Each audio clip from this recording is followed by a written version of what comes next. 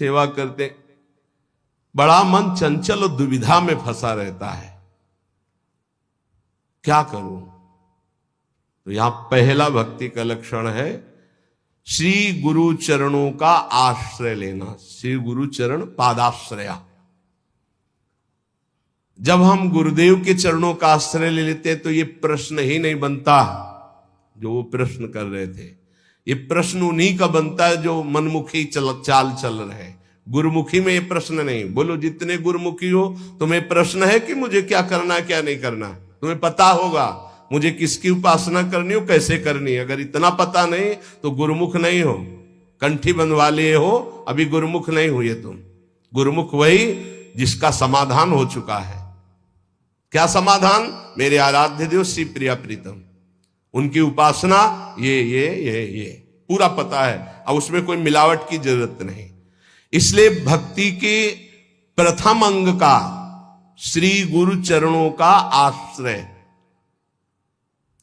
यहां से प्रारंभ ही होती है। असली भक्ति का स्वरूप यहीं से प्रारंभ होता है, गुरु चरण आश्रित।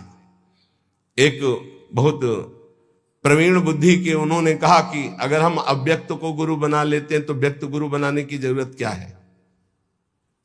पकड़ो, अव्यक्त वाणी चल रही, यहां वाणी है अव्यक्त, पकड़ो उसको, पकड़ के दिखाओ। नहीं, आप नहीं पकड़ पाएंगे। तो वही अव्यक्त सत्ता व्यक्त गुरुदेव के रूप में, गुरु साक्षात पर ब्रह्म, और वही उपदेश देने के लिए आती है। अव्यक्त आके तुम्हें डांटेगा नहीं। अगर अव्यक्त गुरु की बात माननी तो सब लोग शांत होकर अपने हृदय में देखो। जब तुम गलत करना चाहते हो, अव्यक्त गुरुदेव तुम्हें उपदेश देते, मानते हो तुम उनकी बात? देखो ना, अंदर आता गलत है नहीं करना, मानते हो बात? और व्यक्त गुरुदेव धज्जियां उड़ा देंगे तुम्हारी। अगर जरा भी तुम आश्रय छोड़ के भाग गए तो बात अलग है। जरा भी आश्रय लिए तो तुम्हें सुधरना पड़ेगा। आज नहीं तो कल, कल नहीं तो परसों तुम्हें भगवत प्राप्ति होगी, पक्का होगी। क्योंकि गुरु की नजर पड़ चुकी, अब तुम्हें विकार परास्त नहीं कर सकते। श्री गुरु चरणों का आश्रय लेना पहला। दूसरा, श्री गुरु चरणारविंद के आश्रित होकर उनसे मंत्र दीक्षा लेकर इष्ट से संबंध का परिचय जानना। गुरुदेव से मंत्र दीक्षा लेकर इष्ट से संबंध का परिचय जानना। आपको पता है आपका क्या संबंध है? पता होगा आपका अपने इष्ट से क्या संबंध है? पता है?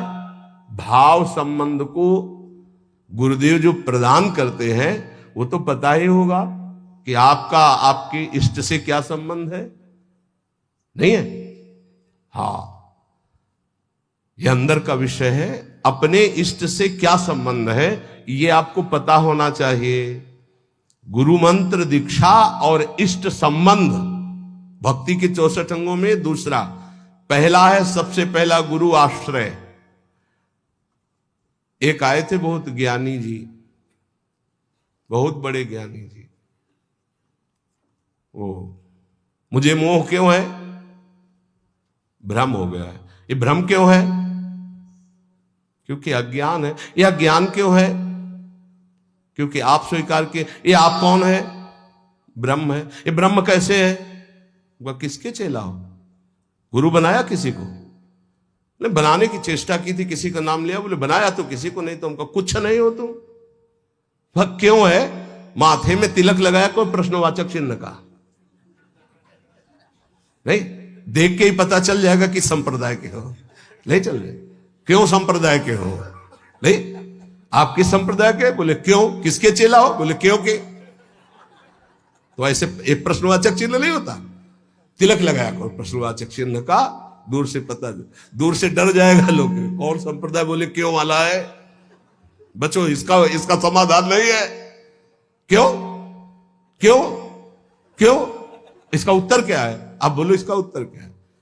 तो गुरु पादाश्रया पहला, और दूसरा है गुरु से मंत्र की दीक्षा और इष्ट संबंध। हर उपासक को पता होना चाहिए हमारा इष्ट से क्या संबंध है। तीसरा, विश्वास पूर्वक गुरु चरणों के आश्रित होकर उनकी सेवा करना। गुरु चरणों की सेवा करना, आज्ञा सम्न सुसाहिब सेवा, गुरु की आज्ञा पे चलना। गुरु सेवा तज करें जे बान, यह है अधर्म यह है सब हानि कान नरस कर बेरा है। देखो एक बात तो इतना समझी लो कि तुम मानो चाहे ना मानो, गुरु जी जो है वो भगवान ही है, दूसरा नहीं है। जितने भी गुरुदेव है सब भगवान है। और जब आप गुरुदेव से कोई भी कपट या छुपाव करोगे तो गुरुदेव के पास एक दृष्टि होती है। जैसे ऐसे देखो ना तो टेलीविजन में सब नहीं दिखाई देता, जो चैनल लगा वो चल पड़ता है, ऐसे ही चल पड़ता है, हर चैनल चल पड़ता है। तब हंसी आती है। कितने बच्चे हो तुम, क्या समझते हो तुम गुरु को? मनुष्य मानते हो? नहीं, कभी ऐसा। हम सबसे हाथ जोड़कर प्रार्थना करते हैं, एक घर ऐसा रखो जहां सत्य की व्यवहार वृत्ति हो। गुरुदेव माफ हो जाएगा, सब माफ हो जाएगा। हमारी बात मान लेना। तुमने ऐसा किया जी, तो तुम्हें दंड भोगना पड़ेगा जी। कोई छुपाव नहीं, कोई कपट नहीं, कोई मत डरो। गुरु से सत्य व्यवहार करो, यह सबसे बड़ी गुरु सेवा है। नहीं, गुरु ते कपट मित्र ते चोरी, या हो निर्धन या हो कोढ़ी। ये हम संतों की भाषा कह रहे हैं। कुष्ठ रोग से ग्रसित हो जाता है आगे चलकर जो गुरु से छल कपट करता है। ध्यान रखना, निर्धनता, भजनहीनता, ये सब उसके जीवन में आ जाएगी। ये सब 2 मिनट का काम, माया का 2 मिनट का काम है ये।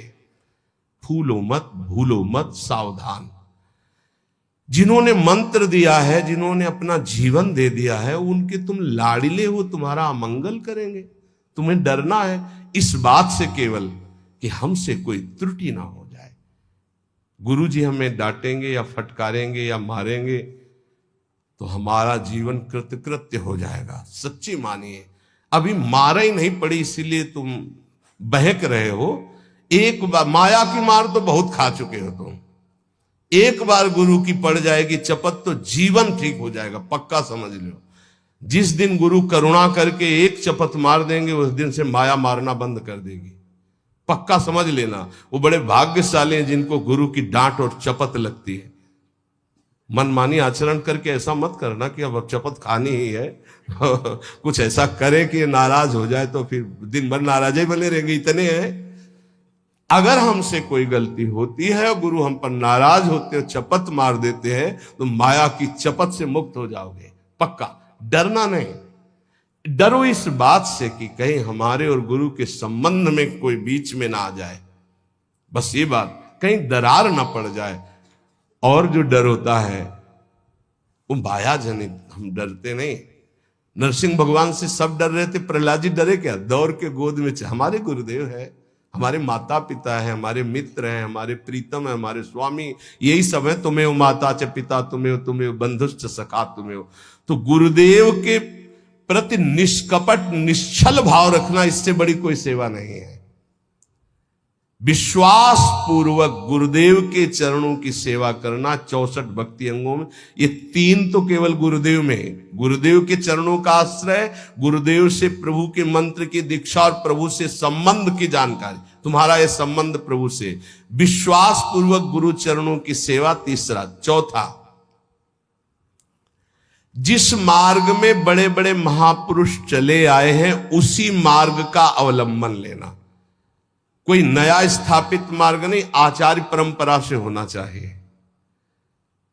लाखों इस परंपरा में सिद्ध रसिक हो गए हैं, लाखों, 1-2 नहीं, लाखों, जो भगवत प्रेम में मत वाले। ये जो हमारी वैष्णव परंपरा है वो 4 संप्रदाय है। इसके अलावा ये निकुंज की जो उपासना है ये अलग है। जो 4 संप्रदाय हैं उसमें श्री जी की, लालजू की सम्यक उपासना है, पर श्री जी के चरणारविंद की ठसक से जो निकुंज की उपासना है, वृंदावनाधीश्वरी की, ये निकुंज से आई हुई सखियां हैं जो आचार्य रूप में आकर के इस रस को प्रदान करती है। बड़े बड़े महाभागवतों द्वारा परिग्रहित मार्ग का ही अवलंबन करना। ऐसी जगह कभी ना जुड़े जहां आचार्य परंपरा ना हो। ध्यान रखो, परंपरा देखनी चाहिए, आचार्य परंपरा देखनी चाहिए। यहां राधैवेष्टम संप्रदाय करता आचार्यो राधा मंत्रदा सदगुरुश्च मंत्रो राधा यश्च सर्वात्म नैवम वंदे राधा पाद पद्म प्रधानम सिहित हरिवंशम। पांचवा, गुरुदेव से भागवत संबंध में पूर्ण जानकारी होनी चाहिए। भागवत धर्म हमारा क्या है, जिस धर्म में हम दीक्षित हुए, हमारा कर्तव्य क्या है, हमारा लक्ष्य क्या है, हमारी दिनचर्या क्या होनी चाहिए। छठवां, अपने आराध्य देव की प्राप्ति के लिए भोगों का त्याग कर देना। जैसे कल एक भगवत पार्षद स्वरूप वो कह रहे थे कि कहीं कहीं हमको प्याज लहसुन बना भोजन मिल जाता है तो हम पा लेते हैं, तो अपराध तो नहीं। तुमने कहा अपराध की बात तो अलग रही, लेकिन आप अपने स्वरूप को तो देखिए, आप कौन है। कंठी बंधी है, तिलक लगा हुआ है, ऐसे कोई कहीं भी बना के दे दे हम पालेंगे। क्या आप अपने लाला को लगाए बिना भोग पालेंगे? अब इसका उत्तर नहीं था। इसलिए जो भोग हम प्रभु को नहीं पवा सकते वो हम नहीं पा सकते, पक्का। भगवान के निमित्त भोगों का त्याग करना छठवीं भक्ति है। जो हम प्रभु को भोग नहीं लगा सकते वो हम नहीं पा सकते। सातवां, मथुरा वृंदावन आदि जो भगवत धाम है इनमें निवास करना। प्रभु के अपने आराध्य देव की, जैसे रामोपासक तो चित्रकूट है, अयोध्या है, कृष्णोपासक तो ब्रज 84 कोशिश, जैसे हम प्रियाजू के उपासक तो हमारा जीवन वृंदावन है। अगर आप अखंड वास नहीं कर सकते तो 3 रात्रि वास कर लीजिए। जीवन में कभी आपको फुर्सत मिले तो आ जाइए, 3 रात्रि वास। पहले दिन उपवास कीजिए, दूसरे दिन फलाहार, तीसरे दिन एक बार अन्न और चौथे दिन चले जाइए। नियम से रहिए। अगर आप कभी अवसर मिले तो कार्तिक मास है, सावन मास है, 10-15 दिन रुक गए, नहीं है तो 3 रात्रि रुक गए, नहीं ज्यादा है तो 24 घंटे रुक गए, लेकिन यात्रा करनी चाहिए। महाप्रभु चैतन्य देव जी ने जब जगन्नाथपुरी में नवद्वीप के सब वैष्णव जन गए थे तब यही कहा था कि गृहस्थी में विशेष भगवत आराधना का समय नहीं रहता, तो साल 6 महीने में ऐसा समय निकालना चाहिए कि 2-4 दिन साधु समागम करें, धाम वास करें, पुरी में वास करें, भगवत दर्शन, ऐसा करना चाहिए। अगर संयोग बन जाए तो 1-1, 2-2 रुपए जोड़ने चाहिए कि ये जाकर हम वहां पशु पक्षियों की सेवा कर देंगे, ठाकुर को भोग लगा देंगे, 2-4 संतों को भोजन पवा देंगे। गृहस्थी में ऐसा करना चाहिए। और जो विरक्त भाव में वो तो धाम आदि का ही सेवन करते हैं। 7वां यह है मथुरा वृंदावन ब्रज, ऐसे 84 कोश है हमारा परम पावन ये ब्रज धाम, तो निवास करना चाहिए जितने दिन हो सके। अखंड तो कहो, कोई कोई विशेष भाग्यशाली ये लाभ लेता है। 8वां, किसी के द्वारा दी हुई वस्तुओं को अगर विरक्त है तो उतना ही स्वीकार करे जितनी आवश्यकता है, अनावश्यक नहीं। और गृहस्थ है तो किसी के द्वारा दी हुई वस्तुओं को स्वीकार ही ना करे। ये भक्ति का 8वां अंग है। आप गृहस्थ हो, आप अगर नमक रोटी भोग लगाओगे ठाकुर जी को बहुत अच्छा लगेगा। अपनी कमाई का, अपने दूसरे से लेने की जरूरत नहीं। ये जो चटोरापन आ जाता है फिर उससे भक्ति नष्ट हो जाती है, चाहे गृहस्थ हो चाहे विरक्त हो। विरक्त जितनी आवश्यकता और गृहस्थ अपनी धर्म की कमाई, दूसरे के आगे हाथ फैलाना गृहस्थ का धर्म नहीं। 9वां, व्रतों का सम्मान करना। 64 भक्ति अंगों में है। जो भागवतिक व्रत हैं उनका सम्मान करना, उन दिनों में व्रत रहना, ऐसा। लेकिन यहां वृंदावन नित्य विहार उपासना में विधि निषेध नहीं दास अनन्य उत्कृष्ट व्रतधारी, यहां उत्कृष्ट व्रत धारण किया गया है। ज्ञान धर्म व्रत कर्म जीते सब काहू में नहीं मोह प्रतीति, रसिक अनन्य निशान बजायो एक श्याम श्यामापद प्रीति। सर्वस्व महाप्रसाद प्रसिद्ध ताके, ये सर्वस्व श्री जी की जूठन के आगे हमारा कुछ नहीं। श्री जी का उच्छिष्टामृत, 8 पैर उनका दुलार। 10वां, आंवला है, पीपल है, तमाल है, ये वृक्ष हैं, आप परिक्रमा कर रहे हैं तो इनको दाहिने कर लीजिए, दाहिने करके निकलिए। अगर आपको सहज में दिखाई दे रहा है कि आंवला, पीपल, तमाल आदि, तो थोड़ा 4 कदम चलकर उसे दाहिने का अपनी परिक्रमा में ले लीजिए, प्रणाम कीजिए। इनका सम्मान करना ये भक्ति का 10वां अंग है। 11वां, जो भगवान की निंदा करने वाले हैं, भक्तों की निंदा करने वाले हैं, भक्ति की निंदा करने वाले, ऐसे भगवत विमुख को पहचान ले और उसका कभी संग न करे। ये भक्ति का अंग है। ऐसा संग, जिनके संग कुमति मति उपजे, करत भजन में भंग, तजोरे मन हरि विमुखन को संग। ये दीक्षा देने में एक अंग का वर्णन जरूर करते हैं कि ऐसे लोगों का संग कदापि न किया जाए। दूसरा कहते हैं कि भोजन, जैसे आप रिश्तेदार या नातेदार के यहां गए या कहीं गए, वहां मांस पात्रों में बनता है और आपने वैष्णो तिलक आदि लगा रखे, तो आपको खीर पूड़ी बना के दे तो भी आपको नहीं पाना है, क्योंकि रसोई तो वही है, पात्र तो वही। हमारा वैष्णव धर्म आज्ञा नहीं करता ऐसा। इसीलिए भगवान के लिए भोगों का त्याग करना। 12वां, अनाधिकारी को शिष्य बना लेना। गुरु को नरक जाना पड़ता है, ध्यान रखना। ये व्यवहार का विषय नहीं है। हरे शिष्य धन शोक न हरे, सो गुरु घोर नरक मा परे। एक दिन एक गुरु शिष्यों के साथ जा रहे थे, तो एक बड़े केचुआ में, केचुआ समझते ना जो मिट्टी खाता है, लाल चींटी लगी थी हजारों। तो उनका गुरुदेव, कितना इसको कष्ट हो रहा होगा, क्या इसने ऐसा काम किया कि इसके कोमल शरीर को लाल चींटी काट ले तो बहुत कष्ट होता, खुजलाता, दाग बन जाता बहुत। बोले हजारों इसके कोमल शरीर में लगे हैं। ध्यानस्थ हुए, कहा बेटा ये गुरु जी हैं, ये चेला है। ये गुरु जी हैं जो केचुआ बने हैं, और ये चेला है जो चींटी बनी। इनसे धन लिया है, भगवत प्राप्ति की कोई चर्चा नहीं, तो ये देखो ये लीला हो रही। एक न सुने एक नहीं देखा, गुरु शिष्य अंध बधिर कर लेखा। गुरुदेव उपदेश नहीं कर रहे, अपने शिष्य कोई गलत मार्ग में जा रहा है तो डांट नहीं रहे, और शिष्य गुरुदेव की बात नहीं सुन रहा, दोनों नरक भोगेंगे। अनाधिकारी को शिष्य बनाने का मतलब है अपनी गति में फर्क डाल लेना। इसलिए आरत अधिकारी जब पावे गूढ़ तत्व न। ये व्यवहार का विषय नहीं कि आपके व्यवहार से हम दीक्षा दें, ये डायरेक्ट सीधा है। हमें अनुकूल लगा तो देंगे, हमारे धर्म के अनुकूल, नहीं लगा तो कोई व्यवहार का विषय है, ये धर्म का विषय है, ये जीवन का विषय है। तुम थोड़ी नरक में हमारी रक्षा करोगे, हम तुम्हारी नरक में रक्षा करेंगे। हमारे अनुकूल चलना होगा, जो धर्म का आचरण है। अनाधिकारी को शिष्य बनाने का मतलब है गुरु अपने नरक का निमंत्रण कर देना, या तो सभा में मना कर दे। सेवा विचारम नामक ग्रंथ, उसमें हमने पढ़ा था कि यदि शिष्य आज्ञा का पालन नहीं करता, अनाधिकारी, तो सभा में खड़े होकर के उसका त्याग कर दे, बता दे कि हम त्याग करते हैं, आज के बाद स्वीकार नहीं है ये शिष्यत्व इसका, हमारी आज्ञा का उल्लंघन, तो आप बच जाओगे, नहीं तो भोगना पड़ेगा। 13वां, भक्ति के विरोधी ग्रंथों का कभी अवलोकन न करे।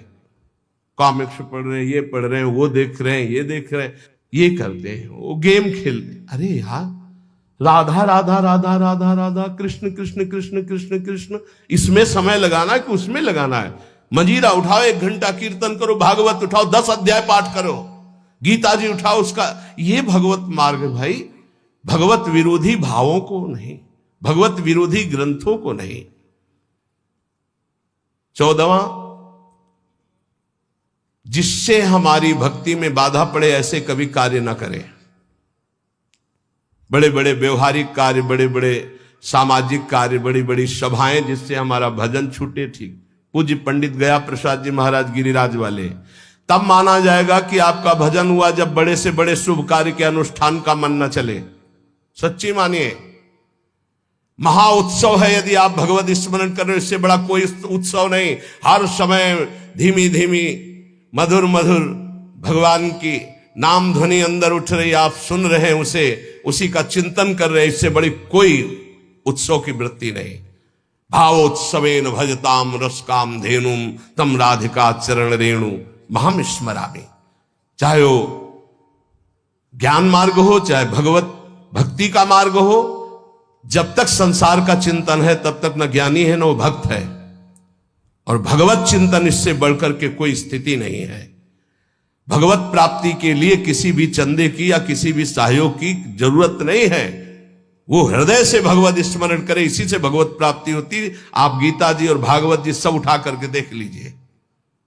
अनन्य चिंतयन्तो माम अनन्य चेता सततम, जगह जगह अनन्य चिंतन। ये दूसरे के द्वारा नहीं होता, ये अपने द्वारा होता है। ये पैसे से नहीं होता है, ये बार बार अभ्यास से, मन लगाने से होता है।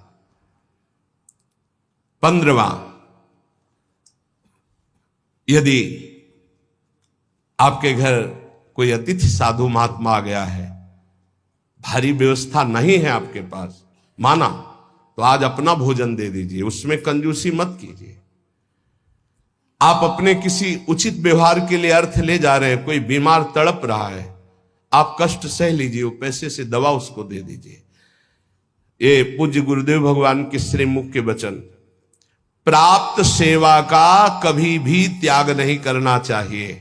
वो भगवान की कृपा से आध्यात्मिक उन्नति के लिए होती। प्राप्त सेवा, आप जा रहे हो, कोई बहुत कष्ट से पीड़ित पड़ा है, आपको आवश्यकता है उसकी सेवा, आप बैठ जाओ, उसकी सेवा करो। नहीं कुछ है तो तन से सेवा करो, कपड़े से हवा करने लगो, पानी पिला दो, फिर उस समय जरूरत है तो 4 से याचना करके उसको आप औषधि दिला दो।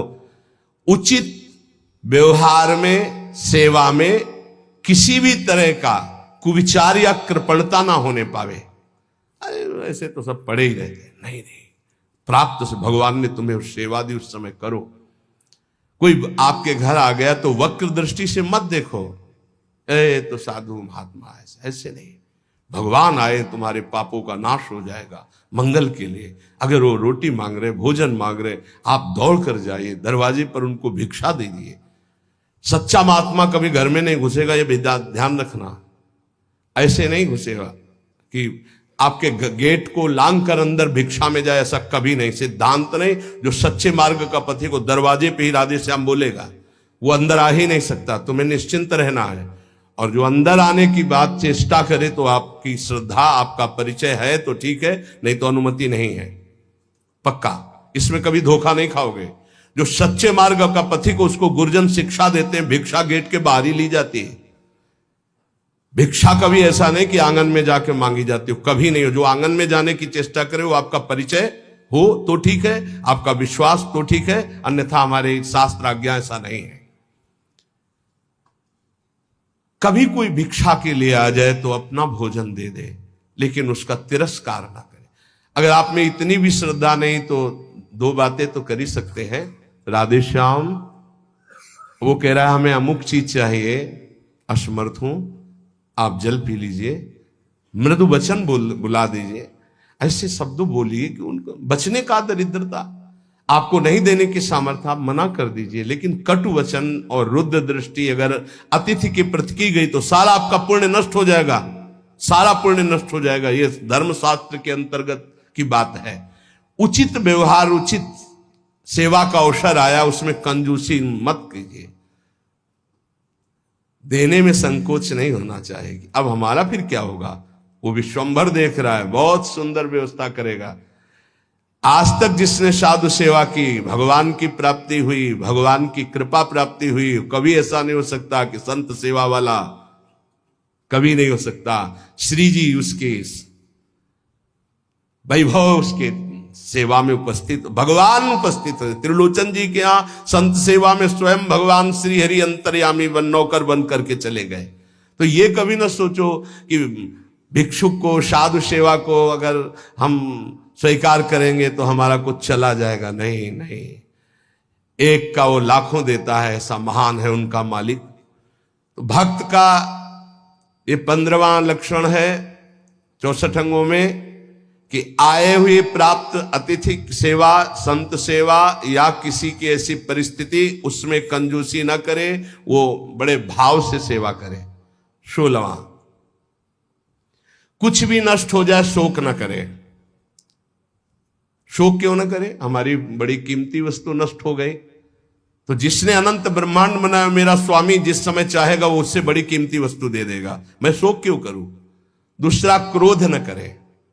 क्रोध होता है कामना से। जब हमारी कामना की पूर्ति में बाधा लगता है तो कामा संजायते क्रोधा। अगर हमारी कामना की पूर्ति नहीं तो हरि कोई बहुत मंगल में विधान कर रहे हैं, हमें क्रोध नहीं करना। अगर कोई हमारा अपमान कर रहा है तो हरि बहुत कृपा कर रहे हैं, मेरे देहाभिमान को गलित कर रहे हैं। अगर कोई हमारी निंदा कर रहा है तो हमारे पापों को नष्ट कर रहा है। उससे जैसा हमारा प्यारा मित्र कौन हो सकता है। तो हमें क्रोध बनता ही नहीं किसी पर करने को।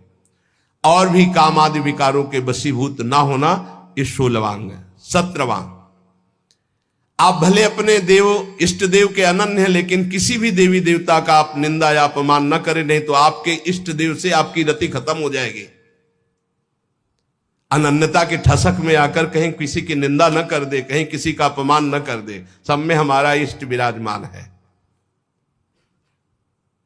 18वां, किसी भी जीव को वाणी से, तन से, मन से उद्वेग ना दे और किसी के द्वारा दिए हुए उद्वेग से उद्वेगित ना हो। ये बहुत काम की बात है। कोई कितना भी उद्वेग दिलाना चाहे, आप उद्वेगित ना हो, आप अंदर से व्यथित ना हो, नहीं तो आपकी निष्ठा में फर्क पड़ जाएगा, साधुता में फर्क पड़ जाएगा। और 19वां, 32 सेवापराध और 10 नामापराधों से बचे। वो चर्चाएं पीछे हो चुकी है। 20वां, यदि कोई भगवान के भक्ति की निंदा कर रहा है तो या तो उसकी जबान बंद करो या कान में अंगुली डालो, वहां से चल दो। राधा राधा राधा राधा राधा राधा। भक्त निंदा कान में नहीं पड़नी चाहिए हो। यहां और कान के पर्दे हिला के पूरा सुनना चाहते हैं, फिर क्या हुआ? अच्छा, ऐसा लग रहा है कि मानो परमानंद की भगवान की कभी चर्चा ऐसे नहीं सुनेंगे, उसमें तो झटके लग जाएंगे आलस्य के। लेकिन किसी की निंदा होने लगे, फिर देखो पूरे कान के पर्दे खोल। क्यों? क्योंकि पतन की तरफ मन हमारा स्वाभाविक जाने के लिए तैयार रहता है। जैसे जल को छोड़ो नीच गति, ऐसे ही मन को छोड़ दो नीच गति। तो अगर किसी भी संप्रदाय के किसी भी संत भक्ति की निंदा हो रही है तो हमको वहां से हट जाना चाहिए या कान में अंगुली डाल लेना चाहिए, नहीं तो भारी अपराध लगता है। संत शंभु श्री पद अपवादा, कही सुनीता असमर्यादा, काटी जीव तासु जो बसाई, श्रवण मुनि नत चले पराई। किसी भी संत भक्त महात्मा की निंदा हो रही और सभा में आप बैठे तो आप पाप के अधिकारी होंगे, आप हट जाइए, तुरंत हट जाइए। हरिहर निंदा सुनई जे काना, पाप लगे गौघात समाना। गौ हत्यारे को जो दुर्गति होती वही भगवान और भगवान के भक्तों की निंदा सुनने वाले की होती है, करने वाले की होती। दोनों अपराधी माने जाते हैं। 21वां, गुरु दीक्षा लेकर तिलक मुद्रा वैष्णव चिन्ह ना धारण करना, यह अपराध है। धारण करना चाहिए। अगर दीक्षा ले ली है, देखो हर आचार्य तिलक धारण करते हैं। आद्य गुरु भगवान शंकराचार्य, निम्बारकाचार्य, हर वैष्णवजन चाहे जिस मार्ग के पथिक को सब तिलक धारण करते हैं, सब कंठी धारण करते हैं। वो रुद्राक्ष, ये तुलसी जी की कंठी धारण करते हैं। ज्यादा सिद्धावस्था नहीं झाड़नी चाहिए। इष्ट तिलक लगाते हैं, आचार्य लगाते हैं, गुरुदेव लगाते हैं, और हम इतने ऐसे देखने को प्रमाद स्थिति मानी जाती है। सिद्धावस्था, सिद्धावस्था जब तुम्हें भोजन की याद न रहे, तुम्हें शौच लघु शंका की याद न रहे, तुम्हारी दिनचर्या अस्त व्यस्त है, तुम्हें पता नहीं, तुम भगवदाकार वृत्ति में डूबे हुए अवधूत स्थिति है, वो बात अलग है। उसके लिए लिखा, लिखंति भुजमूल तो न खलु शंख चक्रादिकम विचित्र हरि मंदिरम न रचयंति भालस्थले लसत्तु लसी मालिकाम ददत कंठ पीठे नवा गुरुर भजन विक्रमात् को ईते महाबुद्धया। वो ऐसी स्थिति को प्राप्त महापुरुष शरीर की सुध नहीं तो तिलक कौन लगावे, कौन कंठी बांधे, कौन दर्पण देख करके लगावे। लेकिन इतनी है स्थिति तो तिलक लगाओ। ऐसी स्थिति जो आचार्य स्वयं धारण करते हैं, तिलक गुरुदेव धारण करते हैं, तो बिना तिलक के 1 मिनट भी नहीं रहना चाहिए। जैसे सुबह आते तो पहले पूरे शरीर में रज और सूखी बट्टी से तिलक की रचना, क्योंकि उस समय नहीं होता कि हम बैठकर फिर आकर यहाँ तिलक रचना करके ऐसे।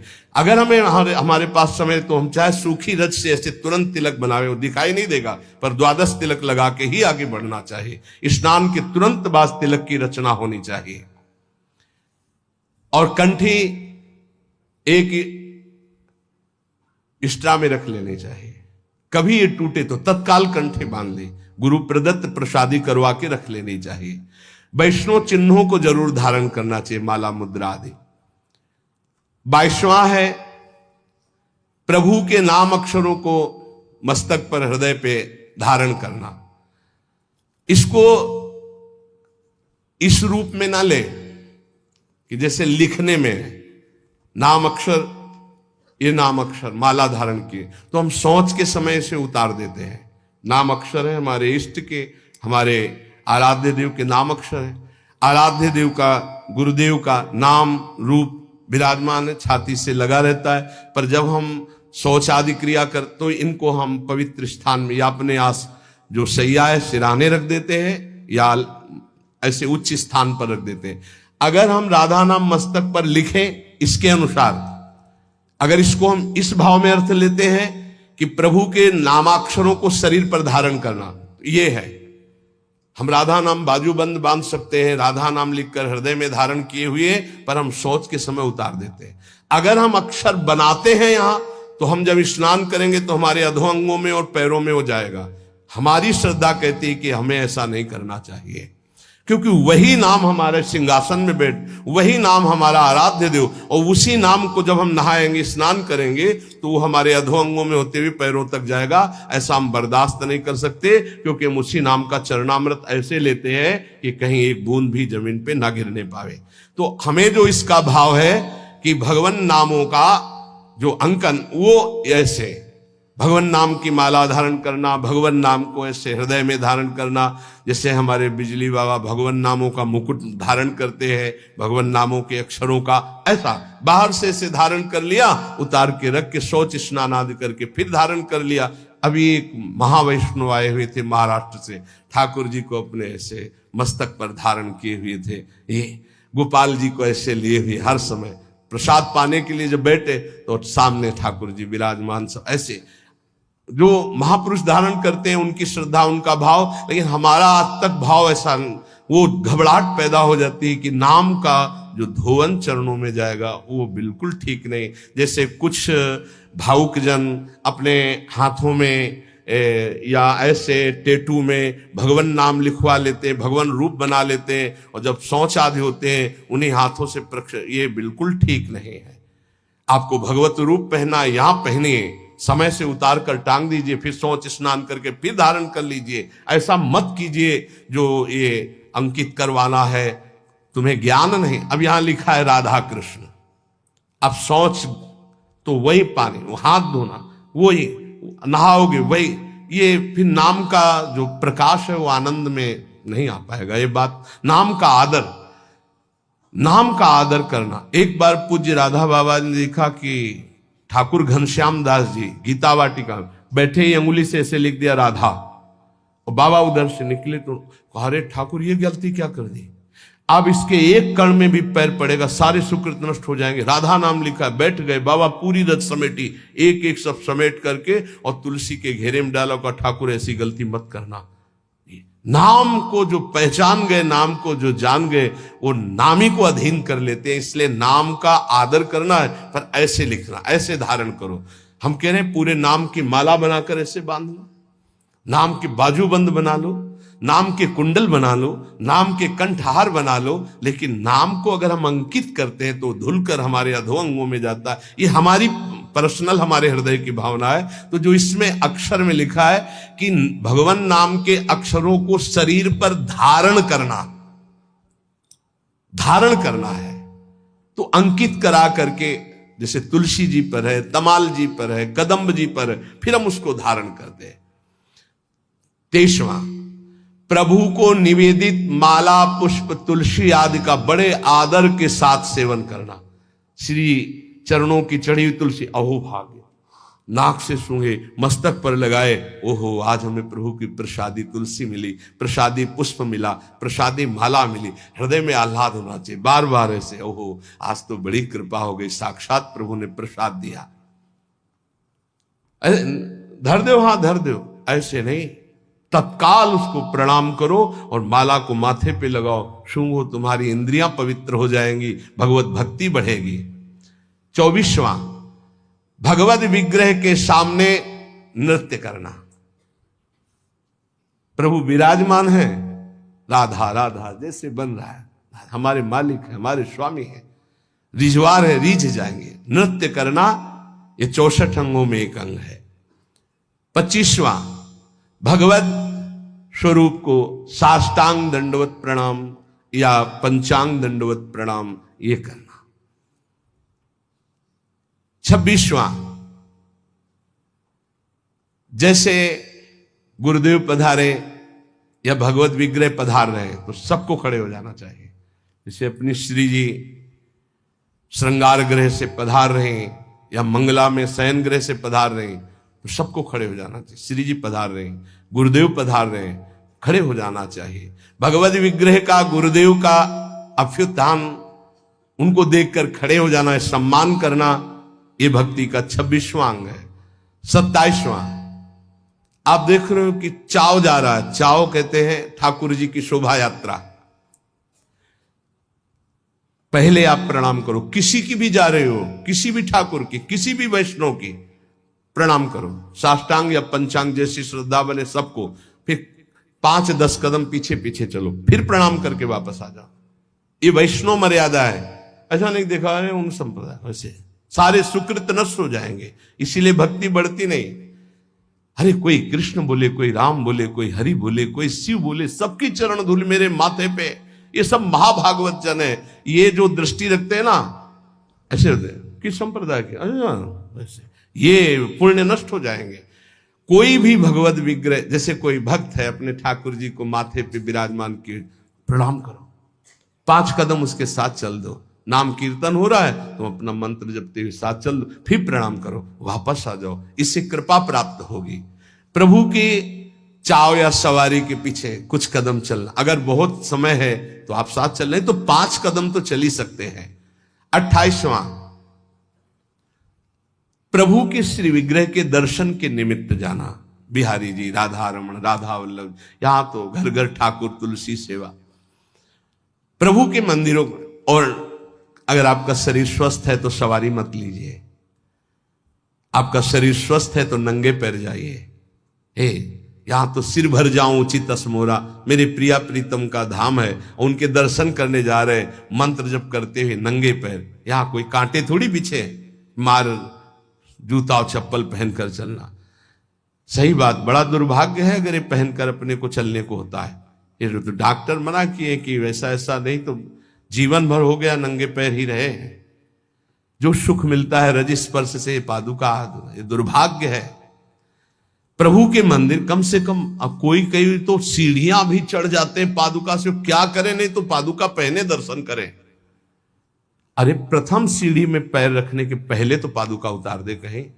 अगर तुझे पादुका में चित्तवृत्ति लगी रहेगी तो पैर के ही मत जा।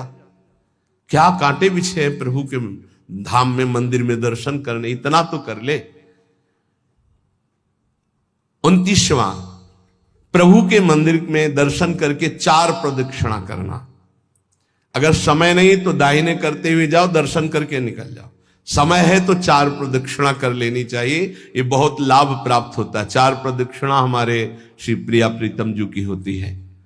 30वां, प्रभु के श्री विग्रह विराजमान करना और उनकी सेवा करना, ये वैष्णव धर्म है। सबके पास सेवा होनी चाहिए, चाहे नाम सेवा हो, चाहे रूप सेवा हो, छवि सेवा हो, श्री विग्रह सेवा हो, सेवा होनी ही चाहिए। क्योंकि बिना सेवा किए मानसिक सेवा में प्रवेश नहीं, और बिना सेवा के आप जी कैसे सकते हैं, पानी कैसे पीते हैं, भोग कैसे पाते हैं, जब भोग लगा लेते हैं तब पाते हैं। तो प्रगट में सेवा हर वैष्णव के पास होनी चाहिए, चाहे राधा नाम की ही सेवा क्यों ना हो। 31वां, प्रभु के लिए परिचर्या करते हुए पंखा डुलाना, चंवर डुलाना, माला गूंथना, चंदन घिसना, जहां प्रभु विराजमान हुआ सोहनी लगा करके पोछा लगाना, विविध प्रकार की भोग तैयारी करना, ये विविध प्रकार की जो परिचर्या है ये बहुत बड़ा लाभ प्रदान करती है। इसी परिचर्या के बल से अम्बरीश जी की रक्षा में सुदर्शन चक्र था। चक्रवर्ती सम्राट होते हुए स्वयं पोछा ठाकुर जी के लिए लगाते थे। स्वयं परिचर्या करते थे। ये छोटी मोटी बात नहीं जो आप पंखा करते हो, चंवर करते हो, श्री जी की सेवा में हो। साक्षात श्री जी ने स्वीकार किया है, चाहे वो कोई गेट सेवा में हो, चाहे वो सब श्री जी की सेवा में। सेवा परिचर्या से आराध्य देव को अधीन किया जाता है। 32वां, प्रभु के सम्मुख बैठ करके उनके गुणों का गान करना, उल्लसित होकर गाना चाहिए। प्रभु राग रंग नहीं देखते। मानत अपनो भाग राग करत अनुराग बिन दीखत सकल अभाग श्री हरिवंश कृपा बिना। बहुत सब राग रागिनियों का ज्ञान है, लेकिन अनुराग नहीं है तो प्रभु नहीं रीझते। हाँ, लोग तो रीझ जाएंगे, प्रभु नहीं रीझेंगे। अब देखा है राग रागिनियों में प्रधानता रखने वाले पर, और लोगों की तालियां या लोगों का भाव देखते हैं। प्रभु बैठे उनकी तरफ पीठ है, ऐसे प्रभु हैं, ऐसे बैठे राग रागिनी, आओ सामने तालियां बज रहे, सामने बज रहे। मानत अपनो भाग राग करत अनुराग बिन दीखत सकल अभाग। कोई राग नहीं आता, आप ऐसे गा रहे तो वाह वाह ठाकुर जी बोल उठेंगे जिस दिन भाव से गाओगे। नाम बाणी जहां श्याम श्यामा तहां, नाम बाणी सुनत श्याम श्यामा सुबस।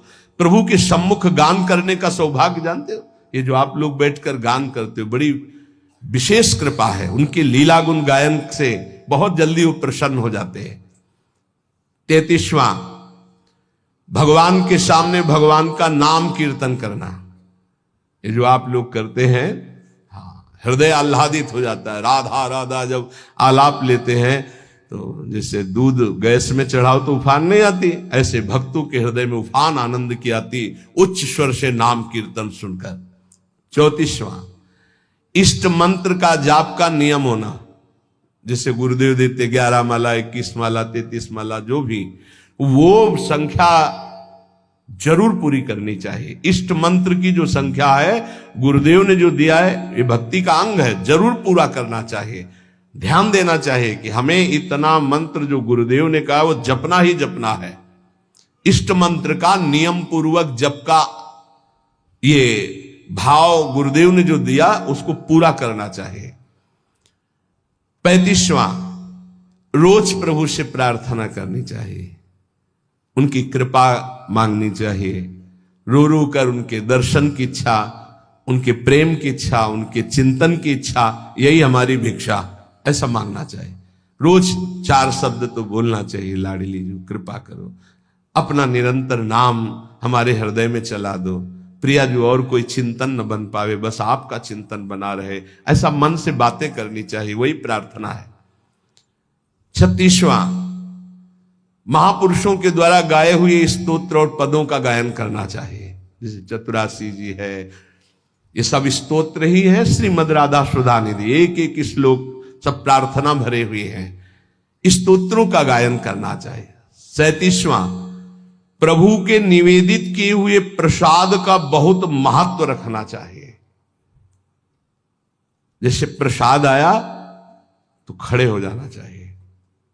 भगवत प्रसाद आया, प्रणाम करके हाथ में जो तत्काल पाना चाहिए, तत्काल। प्रसाद की महिमा चाहे किनका तत्काल, ऐसा नहीं रख दो फिर पा लेंगे समय आने पर, अभी हमारे पास समय नहीं, ये अपमान हो गया प्रसाद।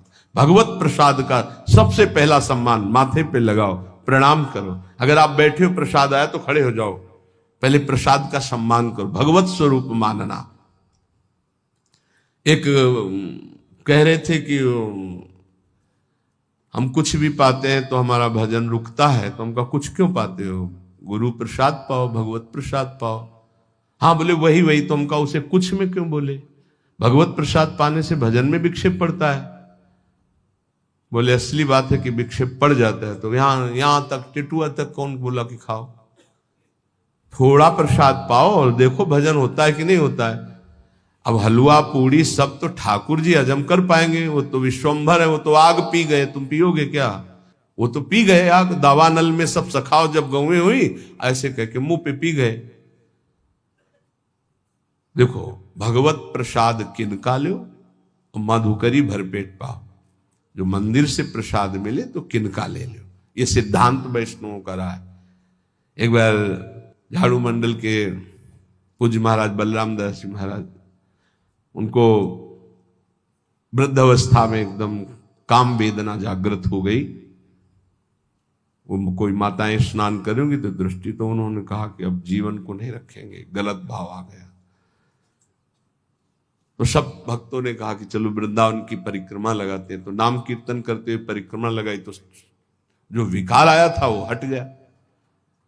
बहुत बड़ा प्रभाव है, जिससे आपका ज्यादा दिमाग संसार की तरफ आकर्षित होने लगे। तो कोई अन्न चला गया दूषित, तो आप वृंदावन की गिरिराज जी की परिक्रमा लगा लो, पूरा नशा उतर जाएगा, जो अन्न आदि का दोष का है वो नष्ट हो जाएगा। उन्होंने कहा कल प्रसाद कहां से पाया? तो कहा गोविंद देव जी का। उस समय गोविंद देव जी विराजमान थे। गोविंद देव जी का प्रसाद भला कैसे? गए और जो श्रीअंग सेवी थे उनसे पूछा कल गोविंद जी का भोग कहां से लगा? बोले कलकत्ता की वैश्या ने लगवाया। तो गोविंद जी से कहा भोग है ना, आपका प्रसाद न पाओ तो वो अपराध बने, प्रसाद पाओ तो काम दोष जागृत हो। इसका मतलब क्या है? वो तो सीधे ठाकुर जी से बात। तो ठाकुर जी ने कहा बाबा प्रसाद पाने के लिए कहा था, भरपेट पाने को कौन कहता है?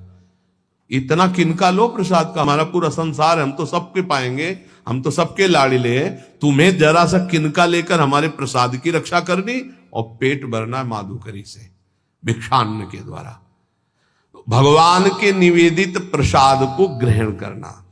अच्छा, अब जैसे प्रियालाल का भोग है, रोज खीर, हलवा, पकौड़ी, कचौड़ी, 50 प्रकार के भोग लगते हैं। अब रोज पाओगे तो तोंद चिकनाएगी, भजन में रस थोड़ी आएगा। पक्का समझो, भजन में तब रस आएगा जब इतना किनका ले लिया। और देखो अपने लोग तो उपासक हैं। श्री स्वामी हरिदास जी महाराज ललिता जी के अवतार, कोई साधक नहीं है, पर 56 भोग बिहारी जी का लगा। उत्तम भोग लगाए मोर मरकट को सेवएं। वृंदावन के मोर मरकट को ऐसे ऐसे करके चीख लेते और चना, आप चना पाके रहते सूखे। बिहारी जी का भोग 56 भोग, उत्तम भोग लगाए मोर मरकट को सेवएं। वृंदावन के मोर मरकट गाय आदि को दे दे, भगवत प्रसाद है, पाओ तुम। हम क्या पा रहे हैं? जरा किनका लिया और सूखे चना। भगवान के चरणामृत का पान करना आदर। जब चरणामृत लेने का अवसर आए, 38वां नंबर, तत्काल ऐसे हाथ में ऐसे वस्त्र लगा के चरणामृत लेना। कोई तो हमने राधा वल्लभ जी ने सुना, ए पानी दे दो हमको भी जल। ऐसे नहीं बोला जाता। चरणामृत पानी, चरणामृत जल है? नहीं, भगवत चरणामृत तो बेचारे जानते नहीं है ना।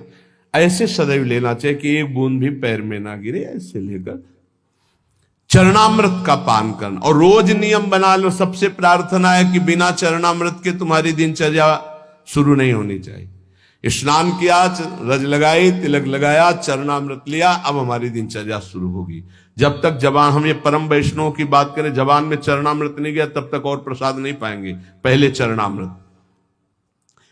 और 39वां, प्रभु को चढ़ी हुई सुगंधित इत्र, धूप आदि ग्रहण। इत्र का जैसे फूहा श्री जी के अंग, बहुत मंगलमय श्री ओ से गंधारी, मेरी प्रियाजू के श्री अंग का स्पर्श किया।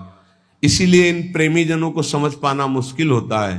अब इत्र की सुगंध आ रही, पान का बीड़ा मुख में लगा हुआ है, तो लगता है कि कैसे पान खाए हुए जो निषेध है, माला पहने हुए जो निषेध, संत को इत्र लगाए हुए जो निषेध। पर ये निषेध नहीं है, यहां ये विधि है।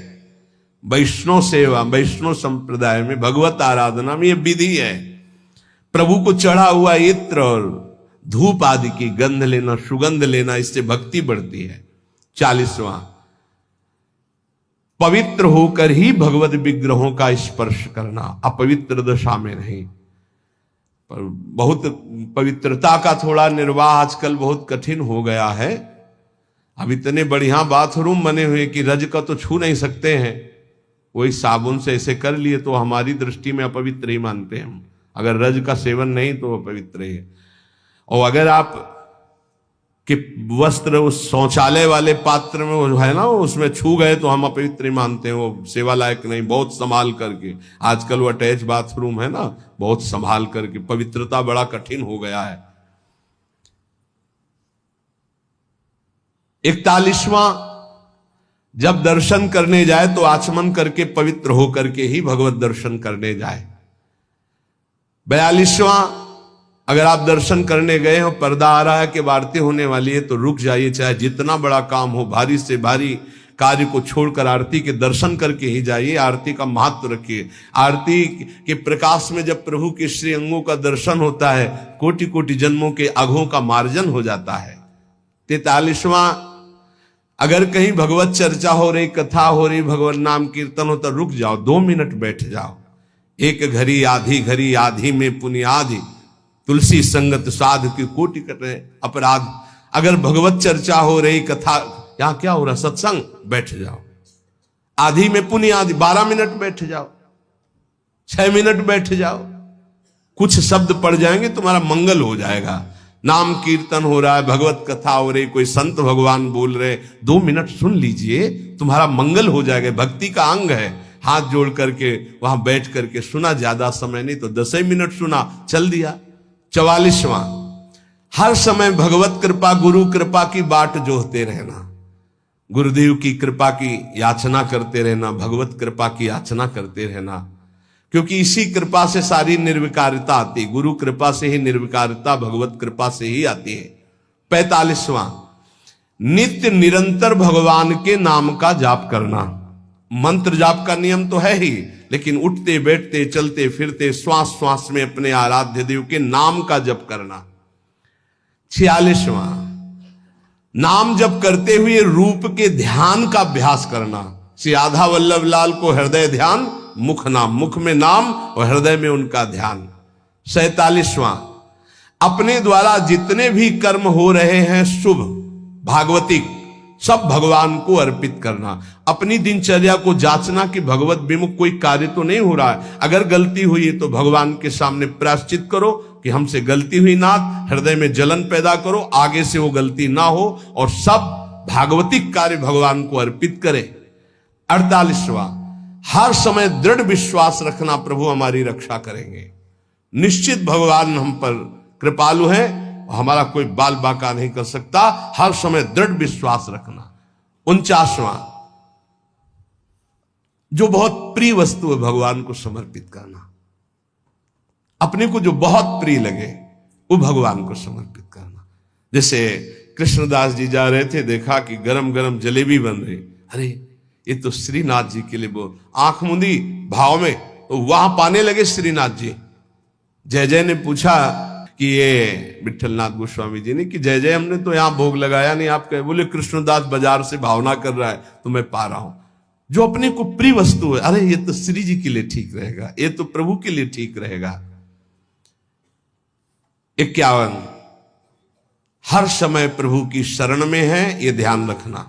हरि शरणम सनकादि रखते रहते हैं, तो हर समय अपने को ध्यान रखना कि मैं कोई अनाथ नहीं हूं, मैं दीनानाथ नाथ अनाथन हित समर्थ मोहन श्री राधा, हम प्रिया प्रीतम की शरण में हैं।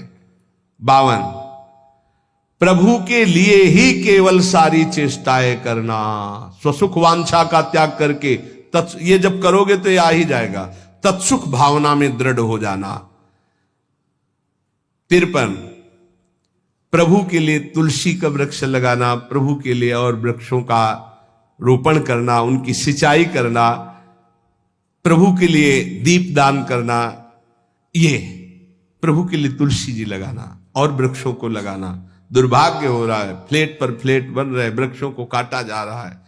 जो प्रभु की प्रसन्नता के हेतु है, लता भवन सुख शीतल छाहा, श्री हरिवंश रहत नित्य जहां, तहां न वैभव आन की। 54, भगवान के प्रिय गुणों का गान करने वाले शास्त्रों की ही चर्चा करना।